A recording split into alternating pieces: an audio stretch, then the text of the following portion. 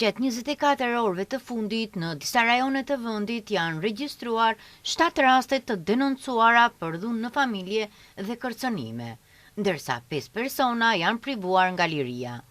Në 2 raste janë përfshirë edhe të mitur, ndërsa në një rast është caktuar masa e paraburgimit.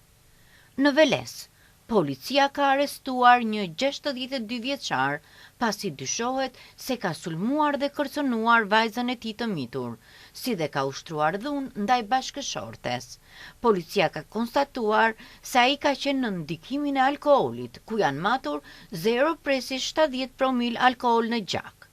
Më pas, ai është dërguar në paraburgim me vendim gjykate.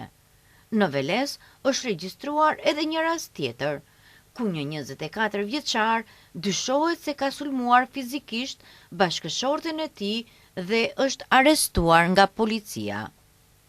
Në Kumanov janë regjistruar 2 raste të ndara të dhunës. Në rastin e parë është arrestuar një 40 vjeçar, i cili dyshohet se ka sulmuar partneren e tij dhe djalin e saj. Në rastin tjetër, një 44 vjeçar është privuar nga liria pasi ka ushtruar dhunë ndaj bashkëshortes së tij. Në Tetov, policia ka trajtuar 2 denoncime kundër një 57 vjeçari.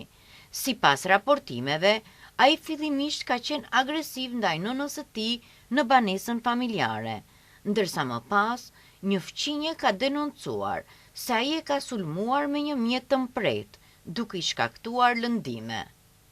Në Shkup, një 39 vjeçare ka denoncuar ish-partnerin e saj për kërcënime të bëra disa ditë më parë në zonën e Gjorgje Petrovit. Në Ohër është raportuar një rast dhune në familje, ku një person me inicialet AN dyshohet se ka qenë agresiv ndaj nënës së tij dhe i ka bërë kërcënime verbale me jetë.